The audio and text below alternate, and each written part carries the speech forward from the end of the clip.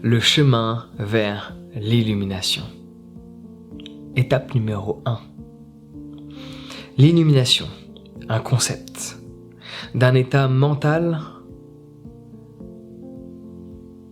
de plénitude, de bonheur sans fin, de paix profonde et stable dans le temps. Un état de zénitude éternelle. C'est comme ça qu'on pourrait le définir d'après les textes yogiques. Et de plus en plus de personnes cherchent à atteindre ce bonheur, ce bien-être éternel. Ouais.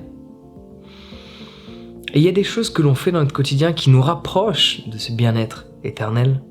Il y a des choses que l'on fait dans notre quotidien qui nous éloignent de ce bien-être.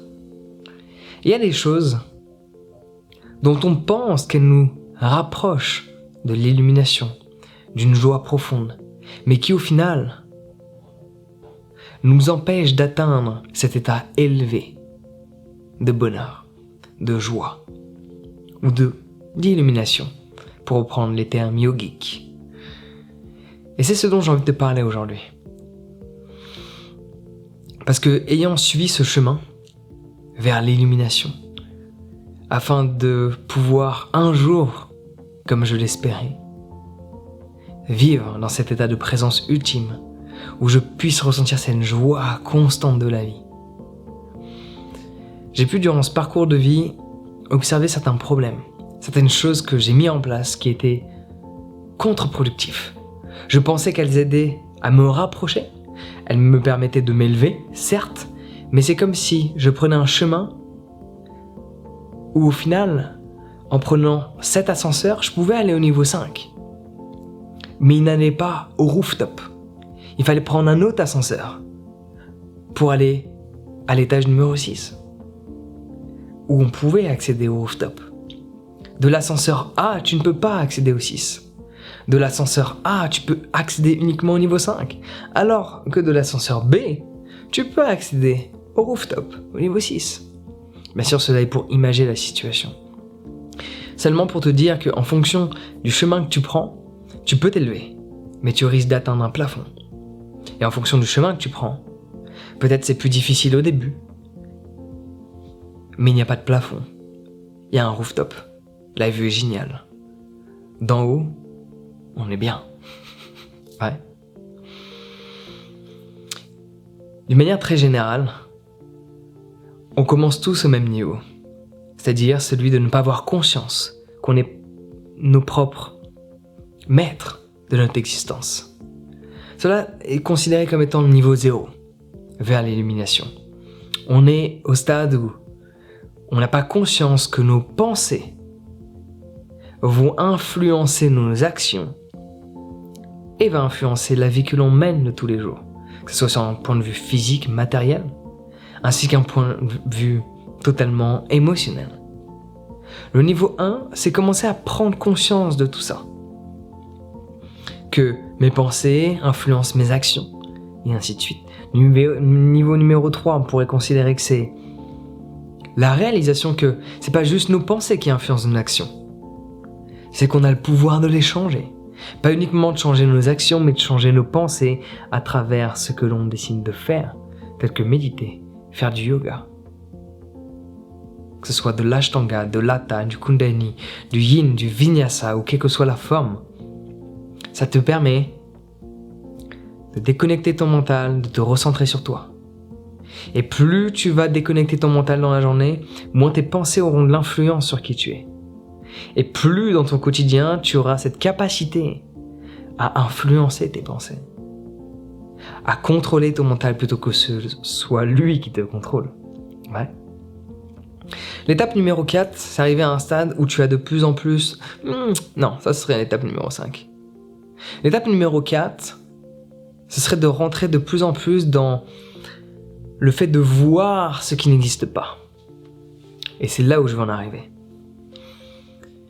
Et c'est là où ça empêche les gens d'aller même au niveau 5 et au niveau 6 par la suite. Si on prendrait cette échelle de 0 à 6. Ouais.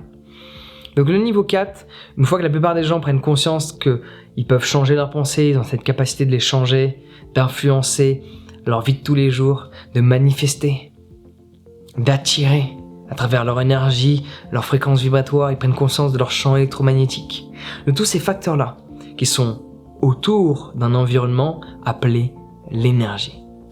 Ils découvrent le Reiki, ils découvrent le magnétisme, ils découvrent tout un tas de process, tout un tas de pratiques dites spirituelles. Et là, ils plongent dedans et découvrent des choses qu'ils ne connaissaient pas. Des choses qui bel et bien existent, mais ils ne les voyaient pas. Et à ce moment-là, il se passe une chose dramatique qui empêche les gens d'aller au niveau supérieur. Qui est un nouveau conditionnement. Si tu reprends l'exemple du niveau 0, le niveau 0, il y a un conditionnement. Le conditionnement est, pour simplifier, si je ne le vois pas, cela n'existe pas. Ceci est un conditionnement du mental. Je crois uniquement ce que je vois. Ouais. Au niveau 4, une fois que les gens plongent dans la sphère énergétique, ils commencent à croire ce qu'ils ne voient pas. Un nouveau conditionnement opère. Je sais qu'il y a des choses qui existent que je n'ai pas la capacité de voir. Et je crois fortement qu'elles existent. Il y en a certaines de ces choses-là dont on prend conscience qu'elles existent. Cela n'est plus une croyance parce qu'on les expérimente. Et il y a d'autres choses qui restent des croyances parce qu'on ne les a jamais expérimentées ou parce que ce sont des images projetées par le mental. Et ce chemin que les gens suivent, que la plupart des gens suivent, est un chemin où ils vont rester bloqués au niveau 4. Ils ne vont jamais atteindre le niveau 5 qui est dit comme un état de présence, un état de présence ultime. On pourrait considérer cela comme l'illumination, mais pas forcément parce que c'est un état de présence qui est prolongé dans le temps, mais de temps en temps il y a le futur qui apparaît, il y a un peu de passé qui se fait savoir aussi. Hop, un peu de futur, hop, un peu de passé, reconnexion au présent pendant un bon instant donné. Des moments de présence prolongée, avec une captation vers l'avenir et une captation vers le passé, vers les souvenirs, de temps à autre, au cours de la journée. Le cerveau remplit toujours sa fonction, mais la plupart du temps, au cours de la journée, il est déconnecté, ce qu'on pourrait considérer comme étant l'étape numéro 5, de présence ultime. Et l'étape numéro 6, ce serait l'illumination, c'est-à-dire un état de non-pensée permanente. Bouge pas, le téléphone a sonné. Désolé, j'ai reçu un appel, j'ai dû m'absenter. Et me reconnecter à mon mental pour projeter la séance de massage. Anyway, ça était une parenthèse que l'on peut fermer. Pour revenir à ce que je disais, même si pour toi il n'y a pas eu de réelle coupure dans le dialogue que je te partageais, pour moi il y a eu un moment d'absence, de déconnexion. Et c'est l'étape numéro 6, de réussir à rester en permanence dans le présent, à rester en permanence connecté à ce qui ne se passe, peu importe les interruptions externes, mais de le faire dans un temps prolongé, indéfini, où il n'y a pas de limite. Cela serait l'illumination. Et pourquoi les gens qui se perdent dans le vocabulaire énergétique ne peuvent pas atteindre le niveau 5 ? De par ce nouveau conditionnement. Parce que ils se sont libérés du conditionnement de base, où le mental était extrêmement présent. Ils ont travaillé pour se libérer de l'impact du mental, puis découvrent des choses qu'ils ne voient pas, mais qu'ils peuvent ressentir, ou qu'ils peuvent avoir foi que celle-ci existe. Et à ce moment-là, ils développent de nouvelles croyances, un nouveau conditionnement. Et le mental développe des images, des projections constantes. Et c'est à partir de cela qu'il y a un blocage vers l'étape d'après.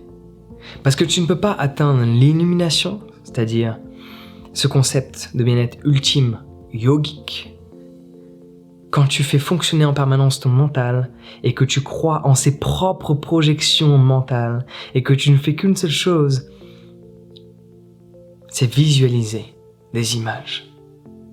Beaucoup de gens dans l'énergétique emploient un vocabulaire. De par ce vocabulaire, des images sont automatiquement visualisées dans leur boîte crânienne. Mais si tu fais fonctionner ton mental en permanence et que tu le fais imaginer des choses qui n'existent pas, de par le simple fait que tu y crois, tu projettes des choses et tu crois les voir alors que c'est toi qui les projettes à travers ton mental et que tu t'identifies à cela, tu te crées un nouveau conditionnement. Et le mental fuse. Le mental fonctionne en permanence. Et là, tu ne peux pas atteindre le niveau d'après, qui est un maximum de présence. Parce que automatiquement, tu vas chercher à voir les images mentales. Pour t'assurer que tes croyances et que ton nouveau conditionnement que tu as créé est bel et bien réel. Donc tu vas en permanence projeter des images pour avoir une certitude que ce que tu pensais voir existe réellement. Et là est la dangerosité de l'étape numéro 4, vers le chemin de l'illumination. C'est pour ça que je fais de mon mieux, depuis quelques mois, comme tu peux peut-être t'en apercevoir, d'utiliser le moins de vocabulaire possible relié à tout ce qui est énergétique. Je vais plus parler de présence plutôt que d'alignement de chakras.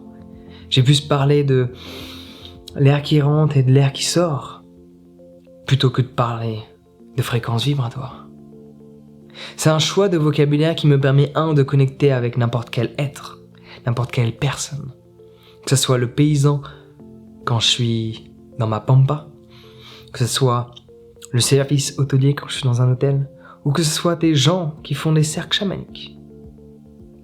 Le vocabulaire choisi a énormément d'importance sur les projections que tu peux faire mentalement.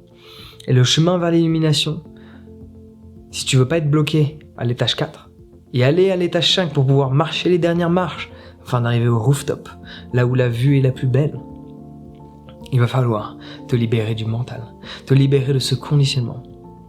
Parce que tu vois, j'ai pu observer quelque chose auquel j'ai participé moi-même. Dans l'énergie, les gens veulent que tu crois à ce que tu ne vois pas. Et ne font qu'une seule chose, c'est croire tout ce qu'ils lisent. Laisse-moi répéter. Les gens dans l'énergie veulent que tu crois à tout ce que tu ne vois pas et ne font qu'une seule et unique chose, c'est croire tout ce qu'ils lisent. Ils ont raison, qu'il faut croire de temps en temps ce que l'on ne voit pas. On pourrait avoir une chance de le voir si on regarde au bon endroit. Cependant, croire tout ce que tu lis t'emmènera vers qu'une seule chose. L'esclavage de ton mental. Tu deviendras son esclave. Non pas par un conditionnement de la société, mais par rapport à un conditionnement que tu te seras fait.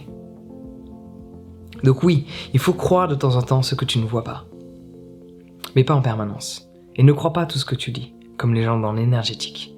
Sinon tu vas t'identifier de plus en plus et être conditionné de plus en plus. Se libérer de tout conditionnement est quelque chose d'extrêmement compliqué, peut-être même d'impossible. Aller vers le chemin de la libération de tout conditionnement est la meilleure des choses possibles pour atteindre l'illumination. Quitter un conditionnement que l'on pourrait considérer comme négatif vers un autre que l'on pourrait considérer comme positif, c'est bien. Mais c'est mieux de se libérer de chacun des conditionnements que l'on a déjà. Donc voici un petit message que je voulais te partager vers le chemin de l'illumination. Prends en considération que les chakras n'auront plus d'importance. L'énergie n'aura plus d'importance.